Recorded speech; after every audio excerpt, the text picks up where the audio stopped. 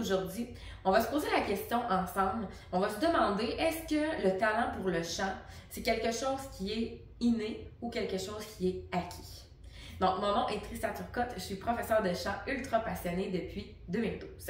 Alors, tout d'abord, il faut savoir que selon des recherches scientifiques, il semble que le talent pour le chant est le résultat d'une combinaison de facteurs génétiques et environnementaux. Donc, on va s'en parler tout au long de la vidéo, mais c'est quand même intéressant là, de savoir ce point-là directement en partant, parce que ça arrive souvent qu'il y a des gens qui n'osent pas suivre des cours de chant ou que même ils n'osent pas chanter devant les autres parce qu'ils se disent « Ah, j'ai une voix de casserole, je chante pas bien, puis je pense pas que je vais jamais réussir à bien chanter non plus. » Je pense qu'il faut se détromper là-dessus. C'est pas parce qu'on trouve qu'on chante mal, tout d'abord, que tout le monde va trouver aussi qu'on chante mal. C'est une question de perception, c'est une question de goût. Je vais y revenir un peu plus tard dans la vidéo, mais il y a ça aussi à prendre en considération. On me dit parfois, c'est ça, si je chante mal, est-ce que je pourrais arriver à bien chanter un jour? Donc, c'est vraiment toutes des vraies questions que j'ai ressorties, qu'on m'avait déjà posées.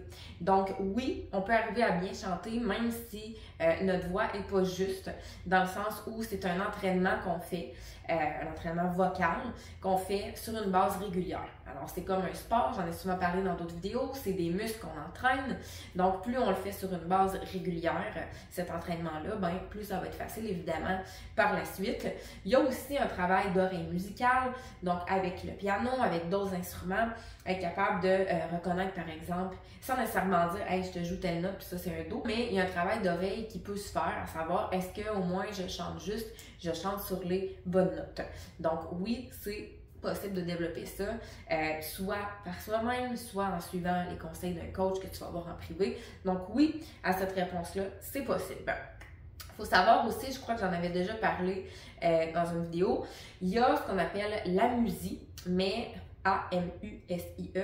Donc, il faut savoir ça que c'est seulement 4% environ de la population qui ont ça finalement. Qu'est-ce que ça veut dire en fait? Je me suis noté la petite description. On dit l'amusie est une anomalie neurologique dans laquelle le rythme, la mélodie, les accords de musique ne sont pas perçus ou n'ont pas de sens pour une personne dont l'audition est par ailleurs normale. Donc, c'est quelqu'un qui ne souffre pas nécessairement de surdité, mais qui a de la difficulté à faire des associations finalement. Donc, ça peut être congénital ou résulter même d'une lésion cérébrale. Et les personnes qui sont atteintes d'amusie ont la difficulté à reconnaître un air familier sans l'aide de paroles et sont dans l'incapacité également de reconnaître quand quelqu'un chante faux ou des notes hors tonalité. Donc, je disais tantôt, c'est un travail d'oreille. Si parfois, je vais faire le test avec des étudiants, des coachés, je leur joue des notes, des fois, il y en a qui sont incapables de reproduire les mêmes notes. Est-ce que c'est parce qu'ils souffrent d'amusie? Pas nécessairement. J'aime pas le terme souffrir, mais est-ce que c'est parce qu'ils font de la musique? Non, pas nécessairement. C'est peut-être juste qu'ils manquent d'entraînement au niveau de leur oreille musicale, donc ça se travaille. On me dit aussi, on m'a déjà posé la question, puis c'est un peu le sujet finalement de ma vidéo, est-ce qu'on est avec du talent en chant ou ça se développe?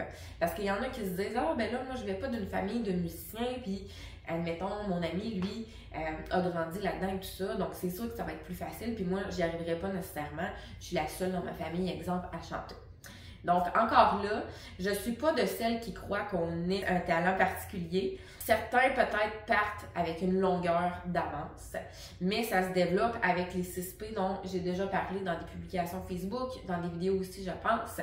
Donc, le plaisir, la patience, la persévérance, le positivisme, la passion et la pratique. Donc, ça se développe. Oui, peut-être, je vais en parler dans le point suivant. Il y en a qui sont peut-être plus prédisposés, mais je ne pense pas qu'on est avec un talent. J'ai eu la discussion aussi avec l'intelligence artificielle et je lui posais la question, OK, moi, je pense pas qu'on est avec le talent, mais comment qu'on explique, par exemple, que Mozart était comme déjà un génie puis qu'on composait des affaires incroyables jeunes? C'est ce que je vais parler dans mon point suivant à cause de la prédisposition. Pourquoi, justement, pour certaines personnes, ça semble plus facile que d'autres, par exemple, de bien chanter? Encore là, si on parle exemple de Mozart ou d'autres personnes, d'autres chanteurs qu'on sait qui sont nés dans des familles de musiciens, ça aide s'ils viennent de familles de musiciens ou de chanteurs. Pourquoi? Leur oreille va être plus va avoir été plus prédisposé et éduqué tôt finalement à reconnaître des mélodies, à chanter, versus quelqu'un, par exemple, que ses parents n'écoutaient jamais de musique, ça va peut-être être plus difficile par la suite. Ça ne veut pas dire que c'est impossible, mais ça se peut que ce soit plus difficile. Le facteur génétique et anatomique, dans le sens où si par exemple ton père chantait ou chante, c'est sûr que physiquement, veut pas, on se ressemble parce qu'on a les mêmes gènes. Donc ça se peut que ça donne un petit coup de pouce, le facteur génétique, mais c'est pas ça non plus qui va faire en sorte que on va chanter incroyablement bien si notre parent chante incroyablement bien. Il y a aussi la pratique à l'arrière de tout ça, évidemment, qui rentre en compte, encore une fois. Je veux dire, si on s'assoit sur ses lauriers puis on fait rien, on ne sera pas nécessairement un virtuose du jour au lendemain. Il y a l'environnement musical aussi dans lequel on grandit, c'est sûr que ça va aider, dans le sens où, comme je viens de dire, si tes parents écoutaient beaucoup de musique, si déjà jeune, tu allais voir des spectacles de musique, si tu avais des opportunités de pratique, c'est certain qu'il y en a qui me disent des fois, je peux jamais pratiquer chez nous, quand j'étais plus jeune, je pouvais jamais pratiquer. Je l'ai dit tantôt que c'est important l'entraînement vocal régulier, donc si tu peux jamais te pratiquer, c'est sûr que ça va être plus difficile d'arriver à bien chanter. Aussi, il y en a qui ont été très jeunes, éduqués musicalement parlant. On fait soit des cours de piano, on fait des cours de chant.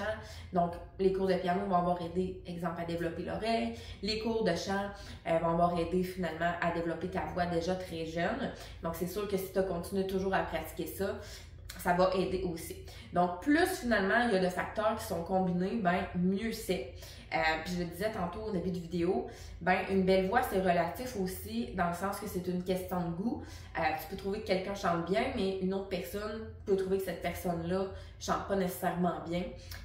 Puis toi, tu peux adorer, par exemple, quelqu'un qui pourrait dire je chante pas si bien que ça, mais quelqu'un pourrait dire oui, moi j'aime vraiment ta voix, donc c'est une question de goût. Qu'est-ce que tu aimes chez tes chanteurs préférés? Il y a ça aussi. Et j'aime dire aussi que chaque voix est unique et mérite de briller à sa façon. Donc voilà, c'est vraiment de la pratique. Donc oui, peut-être qu'il y en a qui sont plus prédisposés, mais du moins c'est une question d'opinion. Ça peut être, tu peux avoir une opinion différente. Je t'invite aussi à le laisser en commentaire si le cœur t'en dit. Donc, je ne pense pas qu'on est avec un talent nécessairement pour le chant. C'est sûr que, je dis toujours, si tu sais parler, tu peux arriver à bien chanter. Ça, c'est vrai, ça se travaille. Mais je ne pense pas qu'on est nécessairement avec ça. C'est vraiment dans l'univers dans lequel on a baigné finalement en étant jeune puis en grandissant. Autant qu'on est enfant, adolescent qu'adulte, est-ce que je m'entraîne souvent? Oui, vocalement, mais au niveau de mes oreilles. Donc, il y a ça aussi qui va jouer. Donc, j'ai envie de te dire, si tu aimes chanter, si tu n'es pas certain si tu as une belle voix ou quoi que ce soit, essaie-toi parce que je dis toujours de toute façon, c'est le même bien que ça va faire à l'intérieur et ça se travaille. Donc, il ne faut pas se décourager. Puis sinon, je suis là. Donc, coach vocal ultra passionné, comme j'ai dit tout à l'heure. Tu peux m'écrire sur ma page Facebook, donc Trisha Turcotte, professeur de chant, ou sinon, tu peux aller voir mon site web trishaturcotte.com et je t'invite à aller t'abonner à ma chaîne YouTube si tu aimes mes vidéos et tu as le goût d'en voir encore plus. Donc, on se dit à une prochaine fois. Merci beaucoup. Bye!